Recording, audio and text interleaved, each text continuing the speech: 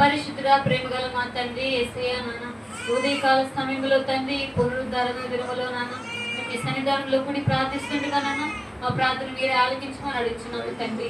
ఇంతవరకు నాన్న అయితే గడిచిన నెల అంతయు నాన్న మీ ఉచితమైన నాన్న రెక్కల చాటున భద్రపరిచి నాన్న కాచి దాచి నడిపించిన విధానాన్ని బట్టి మీకు స్తోత్రాలు చెల్లించుకుంటున్నాము తండ్రి.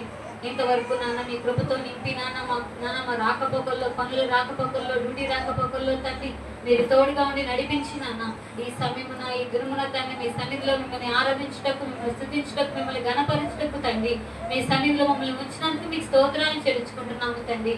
అలాగే తండ్రి నేను రావాల్సిన ప్రతి ఒక్క బిడ్డలని మీరు త్వరపెట్టి నడిపించమని ప్రార్థిస్తున్నాము నాన్న.